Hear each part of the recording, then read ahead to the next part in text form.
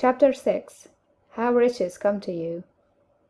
When I say that you do not have to drive sharp bargains, I do not mean that you do not have to drive any bargains at all, or that you are above the necessity for having any dealings with your fellow men.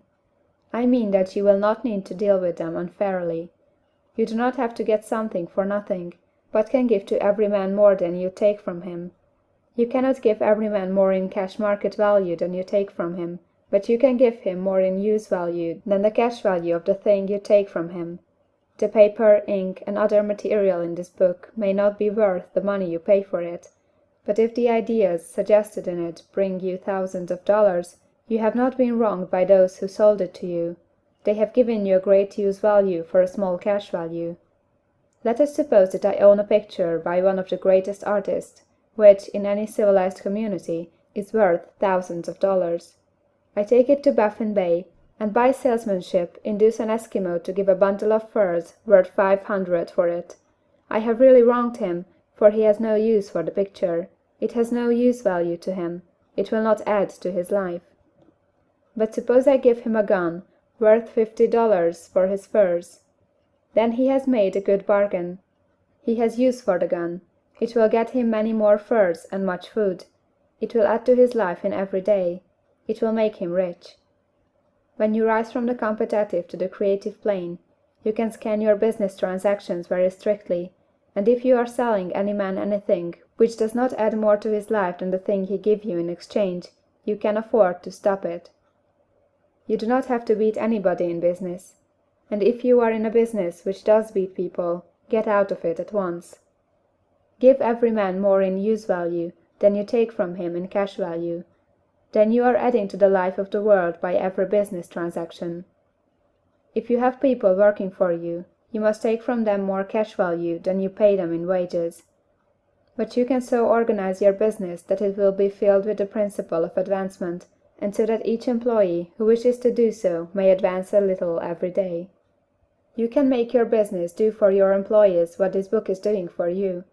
You can so conduct your business that it will be a sort of ladder, by which every employee who will take the trouble may climb to riches himself, and given the opportunity, if he will not do so, it is not your fault.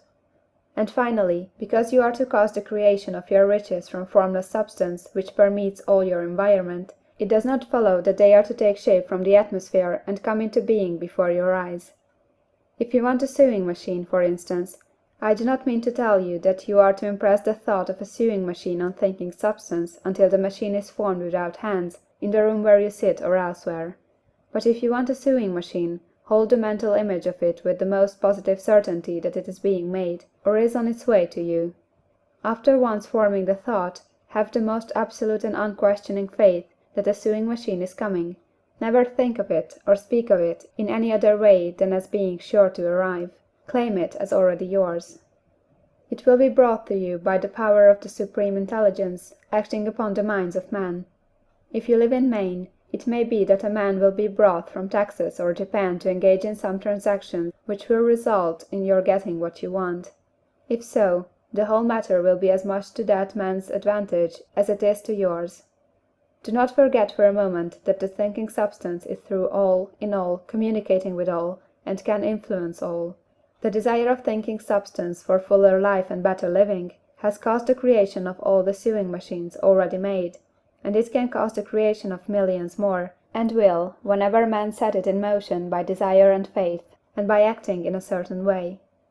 You can certainly have a sewing machine in your house, and it is just as certain that you can have any other thing or things which you want, and which you will use for the advancement of your own life and the lives of others. You need not hesitate about asking largely. It is your Father's pleasure to give you the kingdom, said Jesus.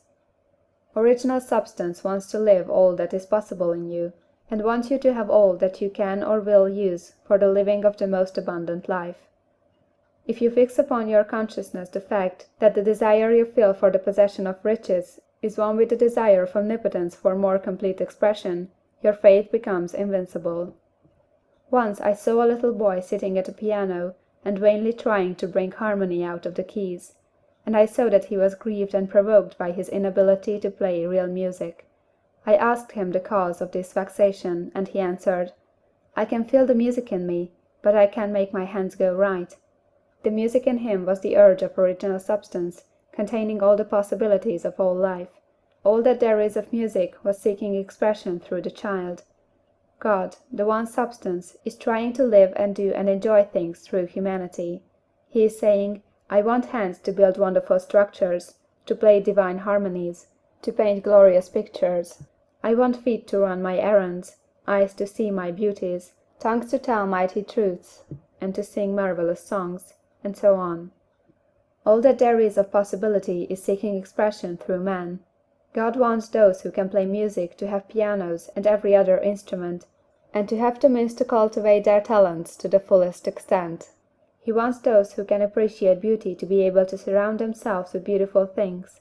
He wants those who can discern the truth to have every opportunity to travel and observe. He wants those who can appreciate dress to be beautifully clothed, and those who can appreciate good food to be luxuriously fed.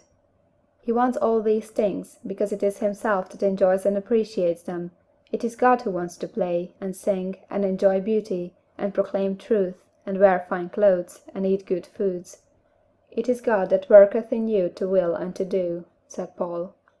The desire you feel for riches is the infinite seeking to express himself in you, as he sought to find expression in the little boy at the piano. So you need not hesitate to ask largely. Your part is to focalize and express the desire to God. This is a difficult point with most people. They retain something of the old idea that poverty and self-sacrifice are pleasing to God. They look upon poverty as a part of the plan, a necessity of nature. They have the idea that God has finished his work, and made all that he can make, and that the majority of men must stay poor, because there is not enough to go around. They hold so much to this erroneous thought that they feel ashamed to ask for wealth. They try not to want more than a very modest competence, just enough to make them fairly comfortable. I recall now a case of one student who was told that he must get in mind a clear picture of the things he desired, so that the creative thought of them might be impressed on formless substance. He was a very poor man, living in a rented house, and having only what he earned from day to day, and he could not grasp the fact that all wealth was his. So, after thinking the matter over, he decided that he might reasonably ask for a new rug on the floor of his best room and an anthracite coal stove to heat the house during the cold winter. Following the instructions given in this book, he obtained these things in a few months, and then it dawned upon him that he had not asked enough. He went through the house in which he lived, and planned all the improvements he would like to make in it. He mentally added a bay window here, a room there, until it was complete in his mind as his ideal home, and then he planned its furnishings. Holding the whole picture in his mind, he began living in the certain way, and moving toward what he wanted, and he owns the house now, and is rebuilding it after the form of his mental image, and now, with still larger faith, he is going on to get greater things. It has been unto him according to his faith, and it is so with you and with all of us. Chapter 7. Gratitude. The illustrations given in the last chapter will have conveyed to the reader the fact that the first step toward getting rich is to convey the idea of your wants to the formless substance. This is true, and you will see that in order to do so, it becomes necessary to relate yourself to the formless intelligence in a harmonious way. To secure this harmonious relation is a matter of such primary and vital importance that I shall give some space to its discussion here, and give you instructions which, if you will follow them, will be certain to bring you into perfect unity of mind with God. The whole process of mental adjustment and atonement can be summed up in one word: gratitude. First, you believe that there is one intelligent substance, from which all things proceed. Second, you believe that this substance gives you everything you desire. And third, you relate yourself to it by a feeling of deep and profound gratitude. Many people who order their lives rightly in all other ways are kept in poverty by their lack of gratitude. Having received one gift from God, they cut the wires which connect them with Him by failing to make acknowledgment. It is easy to understand that the nearer we live to the source of wealth, the more wealth we shall receive. And it is easy also to understand that the soul that is always grateful lives in closer touch with God than the one which never looks to Him in thankful acknowledgment. The more gratefully we fix our minds on the Supreme when good things come to us, the more good things we will receive, and the more rapidly they will come. And the reason simply is that the mental attitude of gratitude draws the mind into closer touch with the source from which the blessings come. If it is a new thought to you, that gratitude brings your whole mind into closer harmony with the creative energies of the universe, consider it well, and you will see that it is true. The good things you already have come to you along the line of obedience to certain laws. Gratitude will lead your mind out along the ways by which things come, and it will keep you in close harmony with creative thought and prevent you from falling into competitive thought. Gratitude alone can keep you looking toward the all, and prevent you from falling into the error of thinking of the supply as limited, and to do that would be fatal to your hopes. There is a law of gratitude, and it is absolutely necessary that you should observe the law, if you are to get the results you seek. The law of gratitude is the natural principle that action and reaction are always equal, and in opposite directions. The grateful outreaching of your mind in thankful praise to the Supreme is a liberation or expenditure of force. It cannot fail to reach that to which it addressed, and the reaction is an instantaneous movement towards you. Draw nigh unto God, and he will draw nigh unto you. That is a statement of psychological truth. And if your gratitude is strong and constant, the reaction in formless substance will be strong and continuous. The movement of the things you want will be always toward you. Notice the grateful attitude that Jesus took, how he always seems to be saying, "I thank thee, Father, that thou hearest me." You cannot exercise much power without gratitude, for it is gratitude that keeps you connected with power. But the value of gratitude does not consist solely in getting you more blessings in the future. Without gratitude you cannot long keep from dissatisfied thought regarding things as they are. The moment you permit your mind to dwell with dissatisfaction upon things as they are, you begin to lose ground. You fix attention upon the common, the ordinary, the poor, and the squalid and mean, and your mind takes the form of these things. Then you will transmit these forms or mental images to the formless, and the common, the poor, the squalid, the mean will come to you. To permit your mind to dwell upon the inferior is to become inferior and to surround yourself with inferior things. On the other hand, to fix your attention on the best is to surround yourself with the best, and to become the best.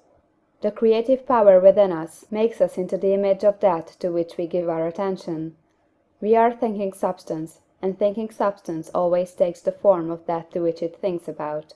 The grateful mind is constantly fixed upon the best. Therefore it tends to become the best. It takes the form or character of the best, and will receive the best. Also, faith is born of gratitude. The grateful mind continually expects good things, and expectation becomes faith. The reaction of gratitude upon one's own mind produces faith, and every outgoing wave of grateful thanksgiving increases faith. He who has no feeling of gratitude cannot long retain a living faith, and without a living faith you cannot get rich by the creative method, as we shall see in the following chapters. It is necessary, then, to cultivate the habit of being grateful for every good thing that comes to you, and to give thanks continuously. And because all things have contributed to your advancement, you should include all things in your gratitude. Do not waste time thinking or talking about the shortcomings or wrong actions of plutocrats or trust magnates. Their organization of the world has made your opportunity. All you get really comes to you because of them. Do not rage against corrupt politicians. If it were not for politicians, we should fall into anarchy, and your opportunity would be greatly lessened. God has worked a long time and very patiently to bring us up to where we are in industry and government, and he is going right on with his work. There is not the least doubt that he will do away the plutocrats, trust magnates, captains of industry, and politicians as soon as they can be spared. But in the meantime, behold, they are all very good. Remember that they are all helping to arrange the lines of transmission along which your riches will come to you, and be grateful to them all. This will bring you into harmonious relations with the good in everything, and the good in everything will move toward you. Chapter 8. Thinking in a Certain Way. Turn back to Chapter 6 and read again the story of the man who formed the mental image of his house, and you will get a fair idea of the initial step toward getting rich. You must form a clear and definite mental picture of what you want. You cannot transmit an idea unless you have it yourself. You must have it before you can give it.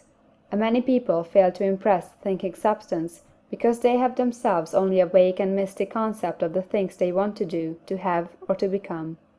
It is not enough that you should have a general desire for wealth, to do good with. Everybody has that desire. It is not enough that you should have a wish to travel, see things, live more, etc.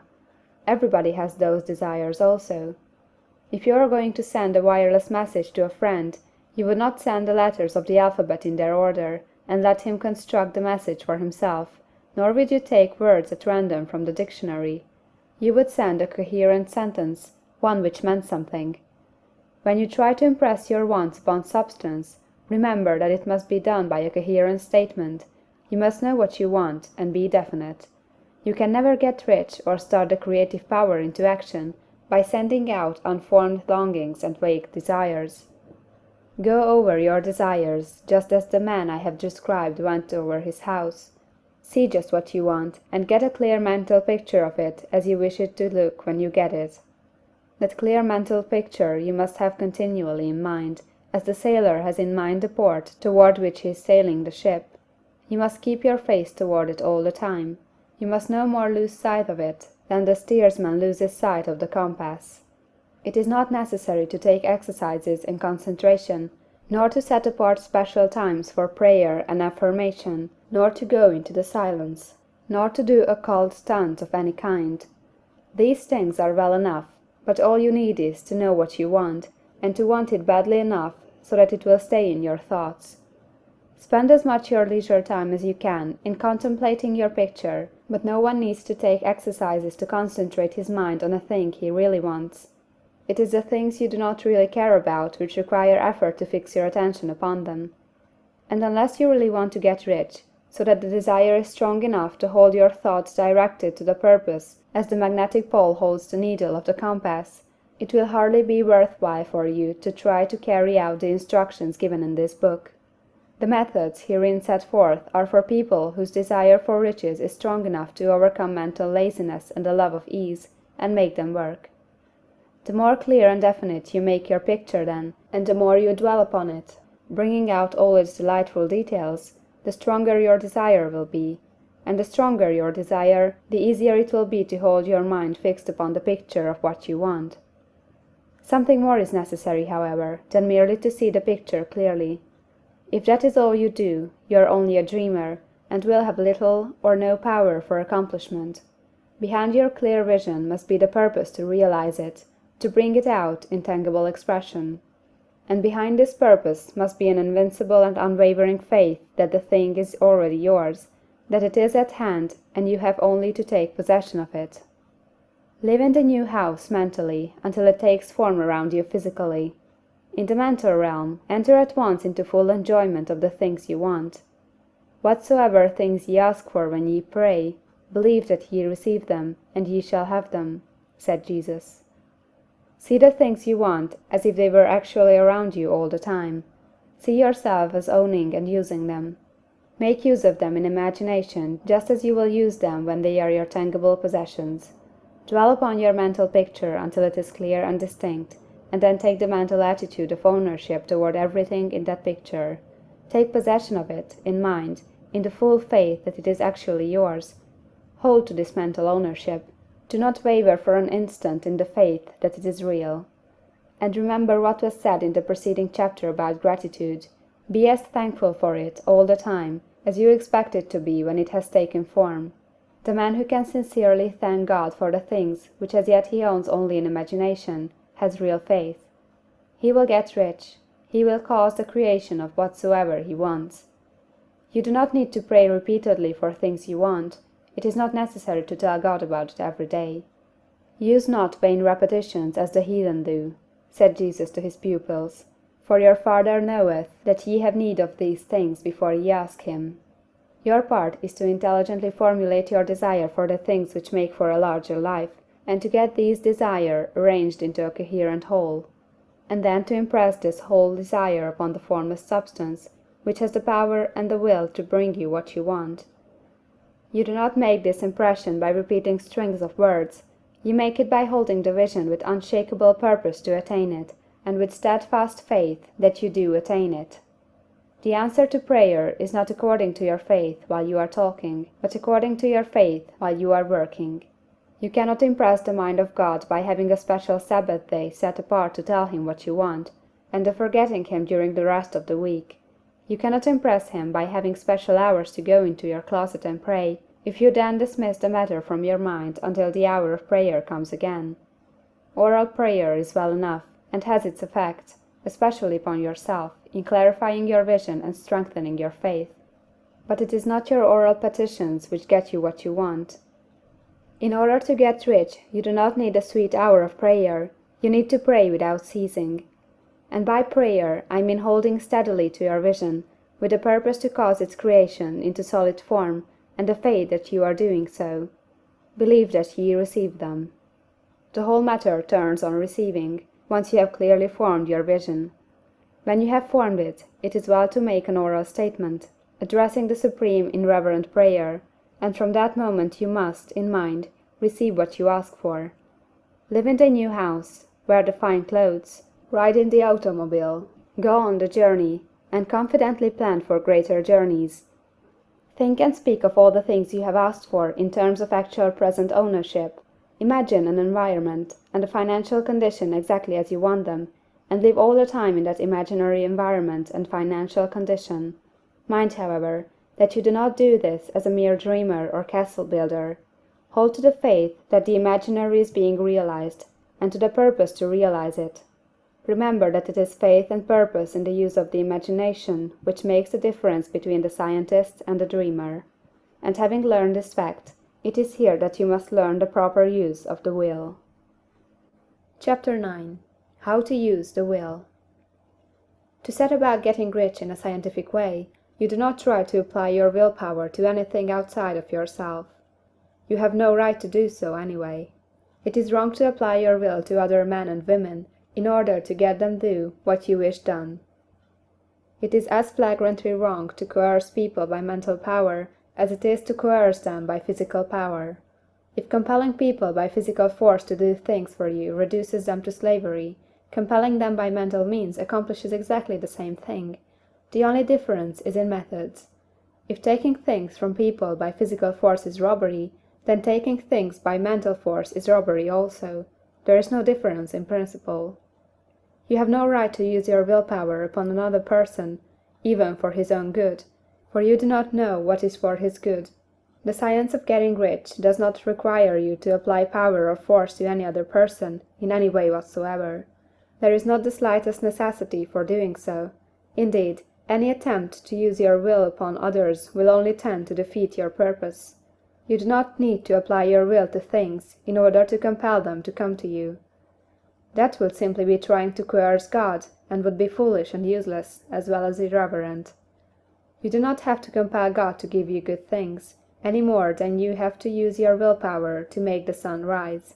You do not have to use your willpower to conquer an unfriendly deity, or to make stubborn and rebellious forces do your bidding.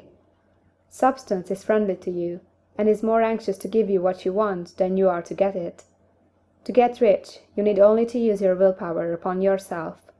When you know what to think or do, then you must use your will to compel yourself to think and do the right things. That is the legitimate use of the will in getting what you want, to use it in holding yourself to the right course. Use your will to keep yourself thinking and acting in a certain way. Do not try to project your will, or your thoughts, or your mind out into space, to act on things or people. Keep your mind at home. It can accomplish more there than elsewhere. Use your mind to form a mental image of what you want, and to hold that vision with faith and purpose. And use your will to keep your mind working in the right way. The more steady and continuous your faith and purpose, the more rapidly you will get rich, because you will make only positive impressions upon substance, and you will not neutralize or offset them by negative impressions. The picture of your desires, held with faith and purpose, is taken up by the formless, and permits it to great distances throughout the universe for all I know. As this impression spreads, All things are set moving toward its realization. Every living thing, every inanimate thing, and the things yet uncreated, are stirred toward bringing into being that which you want. All force begins to be exerted in that direction. All things begin to move toward you. The minds of people, everywhere, are influenced toward doing the things necessary to the fulfilling of your desires, and they work for you unconsciously. But you can check all this by starting a negative impression in the formless substance. Doubt or unbelief is as certain to start a movement away from you as faith and purpose are to start one toward you. It is by not understanding this that most people who try to make use of mental science in getting rich make their failure. Every hour and moment you spend in giving heed to doubts and fears, every hour you spend in worry, every hour in which your soul is possessed by unbelief, sets a current away from you in the whole domain of intelligent substance. All the promises are unto them that believe, and unto them only. Notice how insistent Jesus was upon his point of belief, and now you know the reason why. Since belief is all important, it behooves you to guard your thoughts, and as your beliefs will be shaped in a very great extent by the things you observe and think about, it is important that you should command your attention. And here the will comes into use, for it is by your will that you determine upon what things your attention shall be fixed. If you want to become rich, you must not make a study of poverty. Things are not brought into being by thinking about their opposites. Health is never to be attained by studying disease and thinking about disease. Righteousness is not to be promoted by studying sin and thinking about sin, and no one ever got rich by studying poverty and thinking about poverty. Medicine as a science of disease has increased disease, religion as science of sin has promoted sin, and economics as a study of poverty will fill the world with wretchedness and want. Do not talk about poverty, do not investigate it or concern yourself with it. Never mind what its causes are. You have nothing to do with them. What concerns you is the cure. Do not spend your time in charitable work or charity movements. All charity only tends to perpetuate the wretchedness it aims to eradicate. I do not say that you should be hard-hearted or unkind, and refuse to hear the cry of need. But you must not try to eradicate poverty in any of the conventional ways. Put poverty behind you, and put all that pertains to it behind you and make good. Get rich, that is the best way you can help the poor. And you cannot hold the mental image which is to make you rich, if you fill your mind with pictures of poverty. Do not read books or papers which give you circumstantial accounts of the wretchedness of the tenement dwellers, of the horrors of child labor, and so on. Do not read anything which fills your mind with gloomy images of want and suffering. You cannot help the poor in the least by knowing about these things, and the widespread knowledge of them does not tend to all to do away with poverty. What tends to do away with poverty is not the getting of pictures of poverty into your mind, but getting pictures of wealth into the minds of the poor. You are not deserting the poor in their misery when you refuse to allow your mind to be filled with pictures of that misery. Poverty can be done away with, not by increasing the number of well-to-do people to think about poverty, but by increasing the number of poor people who purpose with faith to get rich. The poor do not need charity, they need inspiration. Charity only sends them a loaf of bread to keep them alive in their wretchedness, or gives them an entertainment to make them forget for an hour or two, but inspiration will cause them to rise out of their misery. If you want to help the poor, demonstrate to them that they can become rich. Prove it by getting rich yourself. The only way in which poverty will ever be banished from this world is by getting a large and constantly increasing number of people to practice the teaching of this book. People must be taught to become rich by creation, not by competition. Every man who becomes rich by competition throws down behind him the ladder by which he rises, and keeps others down. But every man who gets rich by creation opens a way for thousands to follow him, and inspires them to do so. You are not showing hardness of heart or an unfeeling disposition when you refuse to pity poverty, see poverty, read about poverty, or think and talk about it, or to listen to those who do talk about it. Use your willpower to keep your mind off the subject of poverty, and to keep it fixed with faith and purpose on the vision of what you want. Chapter 10. Further Use of the Will. You cannot retain a true and clear vision of wealth if you are constantly turning your attention to opposing pictures, whether they be external or imaginary. Do not tell of your past troubles of a financial nature, if you have had them; do not think of them at all. Do not tell of the poverty of your parents, or the hardships of your early life. To do any of these things is to mentally class yourself with the poor for the time being, and it will certainly check the movement of things in your direction. Let the dead bury their dead, as Jesus said. Put poverty and all things that pertain to poverty completely behind you. You have accepted a certain theory of the universe as being correct, and are resting all your hopes of happiness on its being correct. And what can you gain by giving heed to conflicting theories? Do not read religious books which tell you that the world is soon coming to an end. And do not read the writing of muckrakers and pessimistic philosophers who tell you that it is going to the devil. The world is not going to the devil, it is going to God. It is wonderful becoming. True, there may be a good many things in existing conditions which are disagreeable, but what is the use of studying them when they are certainly passing away, and when the study of them only tends to check their passing and keep them with us? Why give time and attention to things which are being removed by evolutionary growth, when you can hasten their removal only by promoting the evolutionary growth as far as your part of it goes? No matter how horrible in seeming may be the conditions in certain countries, sections, or places, you waste your time and destroy your own chances by considering them. You should interest yourself in the world's becoming rich. Think of the riches the world is coming into, instead of the poverty it is growing out of.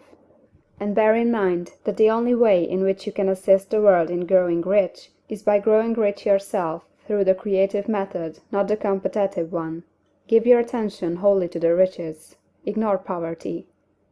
Whenever you think or speak of those who are poor, think and speak of them as those who are becoming rich, as those who are to be congratulated rather than pitied. Then they and others will catch the inspiration and begin to search for the way out. Because I say that you are to give your whole time and mind and thought to riches, it does not follow that you are to be sordid or mean. To become really rich is the noblest aim you can have in life, for it includes everything else. On the competitive plane, the struggle to get rich is a godless scramble for power over other men, but when we come into the creative mind, all this is changed. All that is possible in the way of greatness and soul unfoldment, of service and lofty endeavor, comes by way of getting rich. All is made possible by the use of things. If you lack for physical health, you will find that the attainment of it is conditional on your getting rich. Only those who are emancipated from financial worry and who have the means to live a carefree existence and follow hygienic practices can have and retain health. Moral and spiritual greatness is possible only to those who are above the competitive battle of existence, and only those who are becoming rich on the plane of creative thought are free from the degrading influences of competition. If your heart is set on domestic happiness, remember that love flourishes best where there is refinement, a high level of thought, and freedom from corrupting influences, and these are to be found only where riches are attained by the exercise of creative thought, without strife or rivalry. You can aim at nothing so great or noble, I repeat, as to become rich, and you must fix your attention upon your mental picture of riches, to the exclusion of all that may tend to dim or obscure the vision. You must learn to see the underlying truth in all things. You must see beneath all seemingly wrong conditions the great one life ever moving forward toward fuller expression and more complete happiness. It is the truth that there is no such thing as poverty, that there is only wealth. Some people remain in poverty because they are ignorant of the fact that there is wealth for them, and these can be best taught by showing them the way of affluence in your own person and practice. Others are poor because, while they feel that there is a way out, they are too intellectually indolent to put forth the mental effort necessary to find that way and by travel it, and for these the very best thing you can do is to arouse their desire by showing them the happiness that comes from being rightly rich. Others still are poor because, while they have some notion of science, they have become so swamped and lost in the maze of metaphysical and occult theories that they do not know which road to take. They try a mixture of many systems and fail in all. For these again the very best thing to do is to show the right way in your own person and practice. An ounce of doing things is worth a pound of theorizing. The very best thing you can do for the whole world is to make the most of yourself. You can serve God and man in no more effective way than by getting rich. That is, if you get rich by the creative method and not by the competitive one. Another thing. We assert that this book gives in detail the principles of the science of getting rich, and if that is true, you do not need to read any other book upon the subject. This may sound narrow and egoistical, but consider, there is no more scientific method of computation in mathematics than by addition, subtraction, multiplication, and division.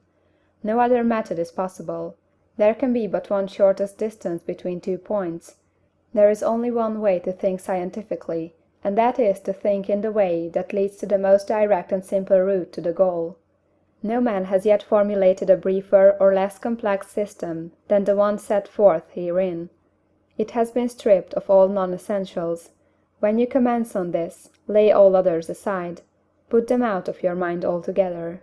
Read this book every day, keep it with you, commit it to memory, and do not think about other systems and theories. If you do, you will begin to have doubts, and to be uncertain and wavering in your thought, and then you will begin to make failures. After you have made good and become rich, you may study other systems as much as you please, but until you are quite sure that you have gained what you want, do not read anything on this line but this book, unless it be the authors mentioned in the preface. And read only the most optimistic comments on the world's news, those in harmony with your picture. Also, postpone your investigations into the occult. Do not dabble in theosophy, spiritualism, or kindred studies. It is very likely that the dead still live, and are near, but if they are, let them alone. Mind your own business.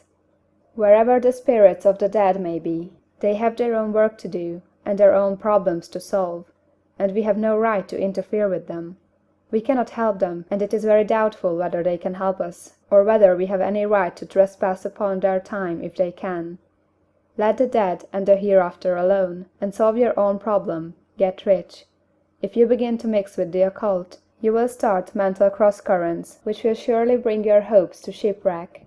Now, this and the preceding chapters have brought us to the following statement of the basic facts. There is a thinking stuff from which all things are made, and which, in its original state, permeates, penetrates, and fills the interspaces of the universe. A thought in this substance produces the thing that is imaged by the thought. Man can form things in his thought, and, by impressing his thought upon formless substance, can cause the thing he thinks about to be created. In order to do this, man must pass from the competitive to the creative mind. He must form a clear mental picture of the things he wants, and hold this picture in his thoughts with the fixed purpose to get what he wants, and the unwavering faith that he does get what he wants, closing his mind against all that may tend to shake his purpose, dim his vision, or quench his faith. And in addition to all this, we shall now see that he must live and act in a certain way. Chapter 11. Acting in a certain way. Thought is the creative power, or the impelling force which causes the creative power to act. Thinking in a certain way will bring riches to you, but you must not rely upon thought alone, paying no attention to personal action. That is the rock upon which many otherwise scientific metaphysical thinkers meet shipwreck, the failure to connect thought with personal action. We have not yet reached the stage of development, even supposing such a stage to be possible, in which man can create directly from formless substance without nature's processes or the work of human hands. Man must not only think, but his personal action must supplement his thought. By thought, you can cause the gold in the hearts of the mountains to be impelled toward you, but it will not mine itself, refine itself, coin itself into double eagles, and come rolling along the roads seeking its way into your pocket. Under the impelling power of the Supreme Spirit, man's affairs will be so ordered that some one will be led to mine the gold for you. Other men's business transactions will be so directed that the gold will be brought toward you, and you must so arrange your own business affairs that you may be able to receive it when it comes to you. Your thought makes all things, animate and inanimate, work to bring you what you want, but your personal activity must be such that you can rightly receive what you want when it reaches you. You are not to take it as charity, nor to steal it. You must give every man more in use value than he gives you in cash value. The scientific use of thought consists in forming a clear and distinct mental image of what you want, in holding fast to the purpose to get what you want, and in realizing with grateful faith that you do get what you want. Do not try to project your thought in any mysterious or occult way, with the idea of having it go out and do things for you. That is wasted effort, and will weaken your power to think with sanity. The action of thought in getting rich is fully explained in the preceding chapters. Your faith and purpose positively impress your vision upon formless substance, which has the same desire for more life that you have, and this vision, received from you, sets all the creative forces at work in and through their regular channels of action, but directed toward you. It is not your part to guide or supervise the creative process. All you have to do with that is to retain your vision, stick to your purpose, and maintain your faith and gratitude. But you must act in a certain way, so that you can appropriate what is yours when it comes to you, so that you can meet the things you have in your picture, and put them in their proper places as they arrive. You can really see the truth of this. When things reach you, they will be in the hands of other men, who will ask an equivalent for them. And you can only get what is yours by giving the other man what is his. Your pocketbook is not going to be transformed into a Fortunatus purse, which shall be always full of money without effort on your part. This is the crucial point in the science of getting rich. Right here, when thought and personal action must be combined, there are very many people who, consciously or unconsciously, set the creative forces in action by the strength and persistence of their desires, but who remain poor because they do not provide for the reception of the thing they want when it comes. By thought, the thing you want is brought to you. By action, you receive it. Whatever your action is to be, it is evident that you must act now. You cannot act in the past, and it is essential to the clearness of your mental vision that you dismiss the past from your mind. You cannot act in the future, for the future is not here yet. And you cannot tell how you will want to act in any future contingency until that contingency has arrived. Because you are not in the right business or the right environment now, do not think that you must postpone action until you get into the right business or environment.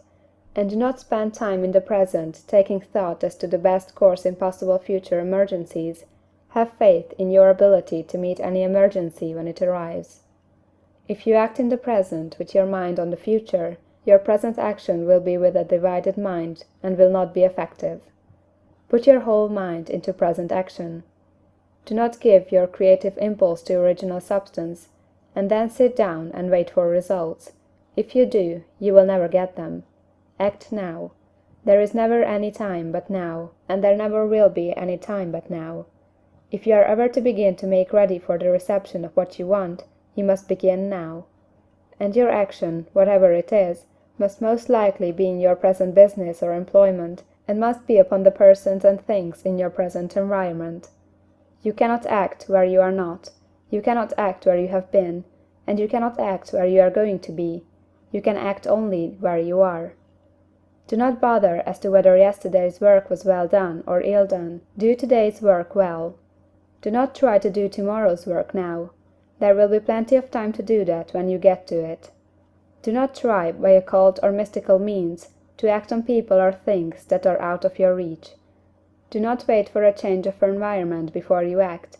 Get a change of environment by action. You can so act upon the environment in which you are now as to cause yourself to be transferred to a better environment. Hold with faith and purpose the vision of yourself in the better environment, but act upon your present environment with all your heart, and with all your strength, and with all your mind.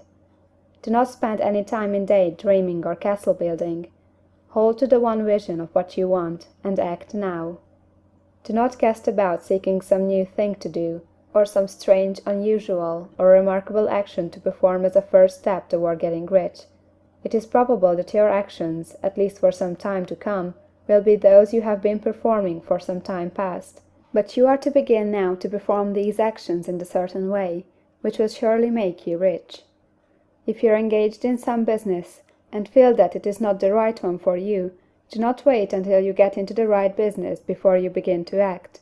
Do not feel discouraged, or sit down and lament because you are misplaced. No man was ever so misplaced but that he could not find the right place, and no man ever became so involved in the wrong business but that he could get into the right business. Hold the vision of yourself in the right business, with the purpose to get into it, and the faith that you will get into it, and are getting into it. But act in your present business.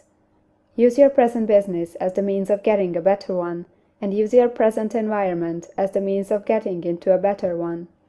Your vision of the right business, if held with faith and purpose, will cause the Supreme to move the right business toward you, and your action, if performed in the certain way, will cause you to move toward the business.